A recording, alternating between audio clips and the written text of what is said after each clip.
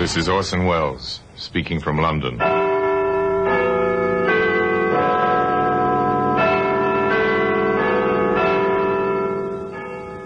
Black Museum, it's a repository of death.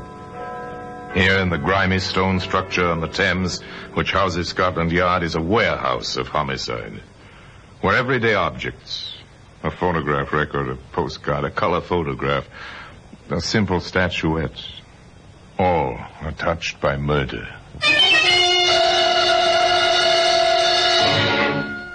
Here's 2 scribbled notes, bits of paper with 3 words scrawled across them.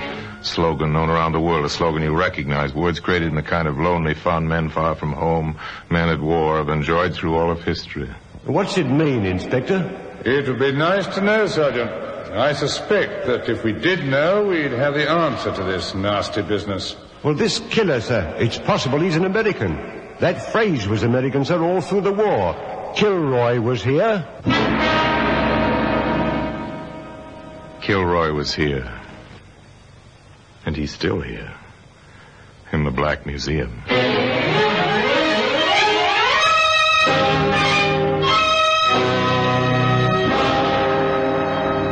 From the annals of the Criminal Investigation Department of the London Police, we bring you the dramatic stories of the crimes recorded by the objects in Scotland Yard's Gallery of Death, the Black Museum.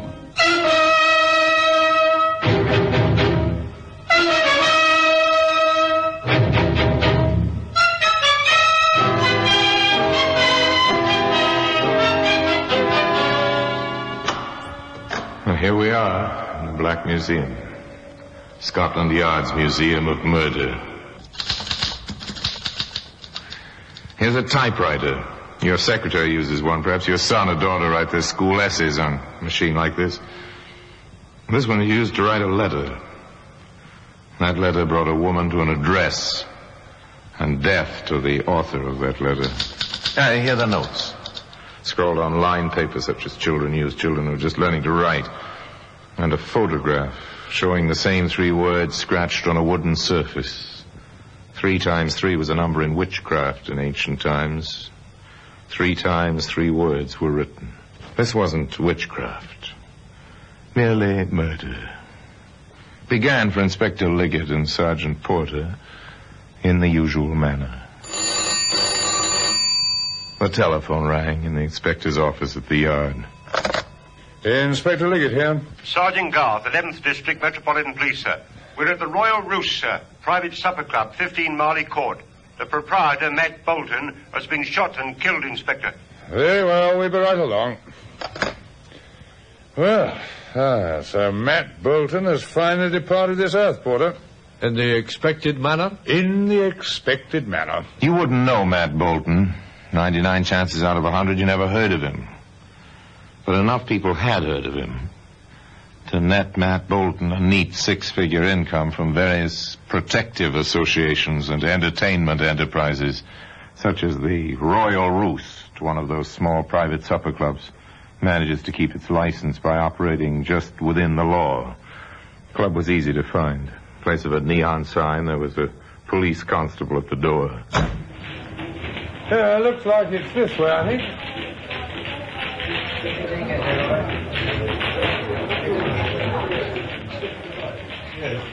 Stuffy in here, Inspector? It always is in these places. Apparently a good many people prefer to amuse themselves breathing a combination of tobacco and poor liquor fumes rather than good fresh air. Quite a costume on those girls. The roosters in the Royal Rooster. Get it, Sergeant? I've never seen a rooster with so little on besides tail feathers. Yeah, neither have I. Look, we better get to work, Sergeant. The 2 policemen crossed the nightclub, skirted the dance floor, and quietly passed through the doorway near the bandstand. To their left, another door stood open, revealing a cubicle complete with mirror lights, another girlish rooster, a man, and a body. A body full length on the floor. The girl was saying, "Look, we simply can't send a chorus out once more. Do I get to do my act or don't I?" I'm Inspector Liggett, Sergeant. The young lady may do her act. I doubt if she'll try to go outside the club in that costume. Well, thank you, Inspector. First this man said he thought the show ought to go on, so the customers wouldn't be disturbed, and then he held me here. Oh, look, that's my cue. I'll be back. Don't worry, I'm not going anyplace. You're so right about that, Inspector. Knows her way around, that girl, sir. Found the body. Didn't turn her hair. So I notice. Find the weapon, Sergeant? No, sir, not in here. Porter, check the exits. Very good, sir. Oh, we've done that, sir. Only two, the way you came and the back door, fire exit. No one in the kitchen saw or heard anything. We haven't touched the body. Waited for you and the medical examiner, sir. Very good. All right. Turn out his pockets, Porter. Yes, sir. Here's something, Inspector. Tucked in his breast pocket. Quite a touch. I take it you didn't see this, Garth? No, sir, we left the body strictly as it was. Odd. Almost a signature. It's a note. Kilroy was here. For a moment, memories of other days crowded into the tiny dressing room. A phrase which had meant chuckles once seemed incongruous in that atmosphere of violent death. And then Mabel was back with boyfriend. May I inquire who your escort is, Miss Martin? Larry King meets Scotland Yard. Gentlemen, how do you do? Is this your usual practice, Mr. King? If you mean escorting Miss Martin home, that's correct. You are good friends? We're engaged. I see. Miss Martin, before you leave us to get dressed, during your employment here, have you ever had any trouble with Mr. Bolton? Do you mean, did he make advances? Yes. Well, naturally. I see. Mr. King, did you know about these advances? I did. Did you ever have any trouble with Mr. Bolton? Nothing to speak of? Of course, it never is anything to speak of. You served during the recent war. I did. 8th Army. All the way from Tobruk to northern Italy. Does the expression Kilroy was here mean anything to you? The Americans, 5th Army, they used it. I've seen it many times. Very well. Leave your addresses, both of you, with Sergeant Garth here. And don't leave the city. We may need you. That's all for now. Now the routine begins. Inspector Liggett and Sergeant Porter return to the yard. The orders go out. Have them run a complete check on Bolton's pals. They'll all have alibis, but run the check anyway. That was a start. Now the patient waiting, putting together the few facts available. It's the hardest part of police work anywhere. So, Porter, no prints on that note except yours and mine. Correct, Inspector. What have you got on King and the girl? She's, remarkably respectable. Nothing remarkable, Sergeant. What about him? He's a lawyer in the city, rather successful. Good reputation. Ever crossed Bolton's path in his work? Nope. He's a copyright lawyer. Deals with writers, mostly. Nothing there, then. Takes patience. Lots of it. Check and recheck. Wait for information. Wait for the telephone to ring. Inspector Liggett here. Detective Ashton, sir. 23rd District. Go ahead, Ashton. At 14.5 Haven Mews, sir. We've been watching the place, sir. That King fellow lives there. Yes, I know. The superintendent's wife has been found, sir, on the cellar steps, strangled. We found the note in her apron pocket. Kilroy was here, it says. Wait for the telephone to ring. And when it does ring, another death, another note. No solution. Merely complication piled on complication. A short while later, in the basement apartment of the newly widowed janitor. You found her yourself, Mr. Evans? Yes, sir. Lying there she was on the cellar steps.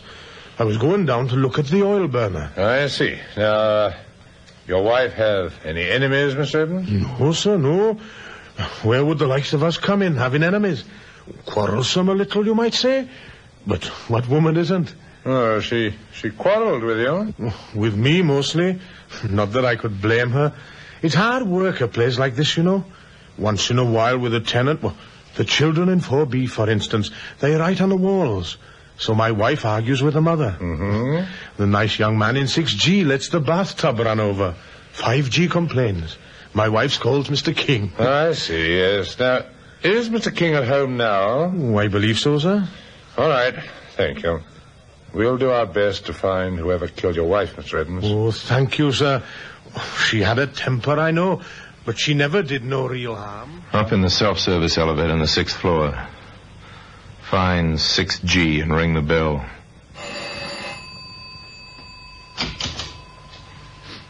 Have it opened, not by Larry King, but by Mabel Martin. Far more fully dressed than the last time the inspector saw her. Well, Miss Martin, collected the insurance yet?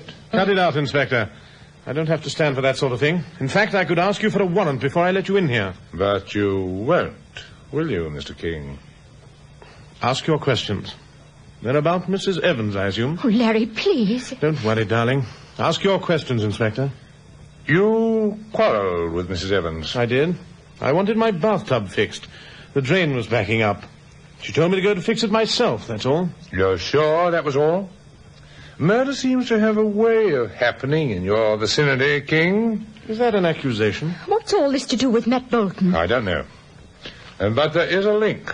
Quite a clear link, Miss Martin. You see, on Mrs. Evans, we found a bit of paper, and on it was scrawled, Kilroy was here. Any ideas on that? Ex-soldier, now Solicitor King? Solicitor King had nothing to say. His puzzlement, his lack of knowledge seemed honest enough. Inspector Liggett drew no conclusions. He waited. The routine continued. The reports came in. The Martingale is a new job. Same type of club. I've seen the act, Inspector. Same songs. More clothes. Nothing on Bolton's cronies. Every one of them has an alibi. Yes, King seems to follow a set routine, Inspector. To the office, back home, dinner, then calls for the girl. Even eats his lunch at the same time every day in the same restaurant. Nothing much to go on there, just a time of waiting. A week passed. Telephone rang once again. Inspector Liggett here. Detective Ashton, sir. We've another one for you. What? Yes, sir. A butcher this time. Name of Andrews. 2 blocks from the apartment house where King lives. Head bashed in with his own mallet. Scratched on the chopping block with one of his own knives is the same old message, sir. Kilroy was here. Kilroy was here. Familiar words with a smile in their words to remember fondly. 3 times they appear. On a butcher's block, on scraps of paper, and today they can be seen in the Black Museum.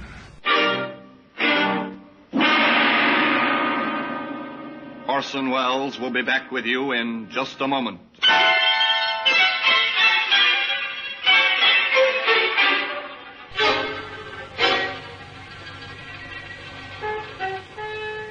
A third killing, and signed exactly the same way. Kilroy was here. More, this murder had taken place within a few blocks of 14.5 Haven Mews, where Larry King lived. The same young man who was the secret fiancé of the singer, and whose dressing room the first body had been found. The same young man who lived in the house where the janitor's wife had been strangled. Inspector Liggett lost no time reaching the scene of the latest crime. Well, it's... first of all, I am... Ashton. Yes, sir? Anything fresh? Just the things I reported, sir. There's the mallet, the weapon. Yeah. The message was scratched with this knife. Any prints? The laboratory crew are trying to raise some. Nothing yet. Very well. Who's the woman? The widow. Mrs. Andrews, I really dislike bothering you with questions at this time, but you understand that speed may be the essence now. Yes. Yes, of course, Inspector. I understand that it was you who found your husband. Yes. I stopped here to get some money for a dress. It'll have to be a black one now. Did you always come to him for that kind of money? Well, Jim had his ways. He was considerably older than I am. He seemed just strong when we first married, but, well, later he was... Well, it changed to domineering. I understand, but now, look, just a few more questions, please. Does the phrase on the chopping block mean anything to you? Kilroy was here? No. No, it's just a... Well, I think I heard it on the radio once or twice. From the way you described your husband, I'd say he was rather, well, positive in his opinion. A mild way of putting it. Positive. Domineering, a man who brooked no argument. As the questions went on, the picture became more clear of a large, almost brutish man who covered his deficiencies with bluster and bullying. Finally... just one more point, Mrs. Andrews. Did your husband ever argue with his customers? I mean, did he make any enemies among them? Well, some.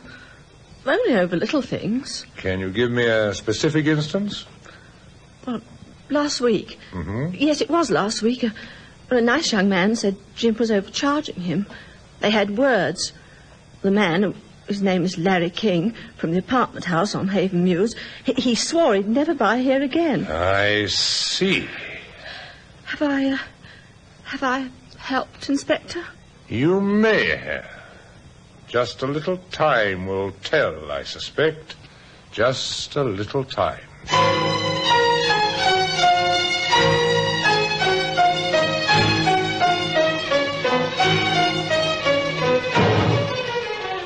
A little time.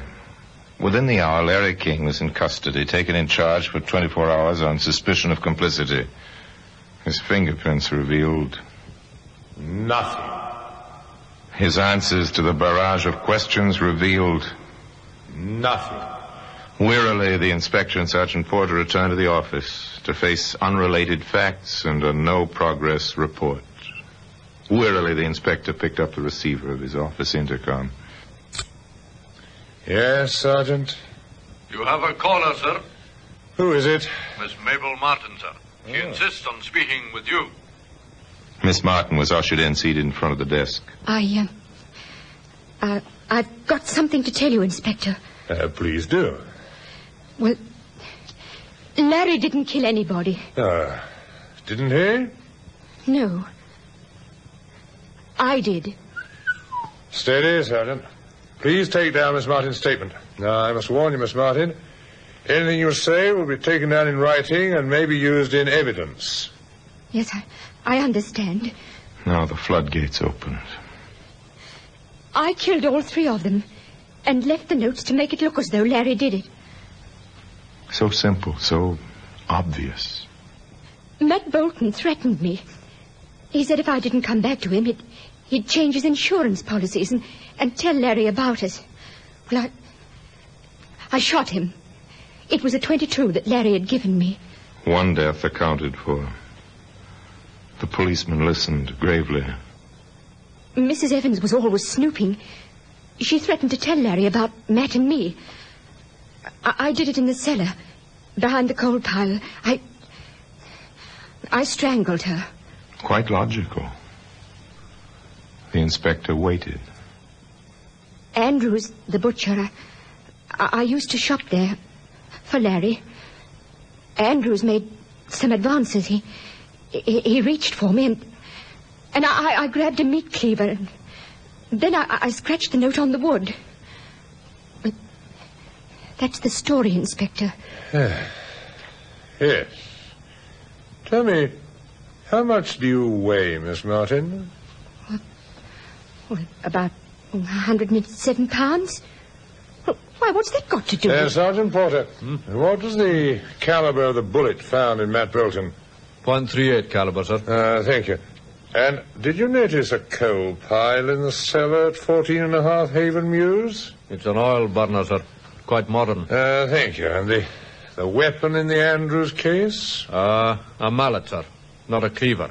A mallet. And, Sergeant, can you picture a young woman of 107 pounds knocking out and killing a man of Andrews' size? Not very well, sir. Of course, it's obvious her heart and her courage are as large as she is, if not larger, but...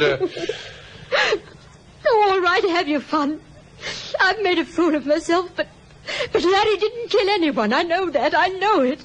You can't do this to her. Look. I wouldn't worry, Miss Martin, if I were you. In fact, if I were you, I'd hurry out to the front of the building. Mr. King is about to be released, and I think you'll want to meet him there, won't you? Oh, Inspector. Oh, Sergeant, Oh, forgive me, please. How about it, Porter? Care to have a girl like that to marry? Yes, sir. For more reasons than one. Where are we now, sir? Offhand, Porter, I'd say we were just about where we were when we first heard of the Andrews killing. Put on your thinking cap, Sergeant. This is quite a problem. They sat there in silence. Their minds sifted fact after fact. And once they'd been through the meager supply of facts on hand, they started over again. At one point, the inspector said, half to himself, "There's something we're overlooking. Probably quite a simple point. It usually is, but..." He was quite right. In fact, the inspector was quite appalled, so appalled. He spoke in what amounted to a whisper. "Sergeant, hand me that telephone directory, please." What? Oh, yes, sir. Can I help you, sir? No, thank you. Look, just get your hat, Sergeant. Get my hat? Yes, we're going back to 14.5 Haven Mews. That's King's address. Yes, and according to the directory, it is also the residence of one Joseph Kilroy, one of the 7 Kilroys listed in the London telephone directory.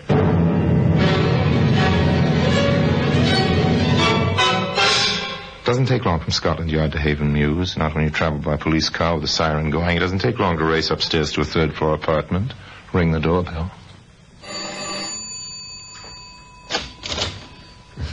Come in, gentlemen. I heard your arrival in the street. What took you so long, gentlemen? Oh, really, now. Mr. Kilroy, I must warn you, anything you say... Oh, that's all right, I understand.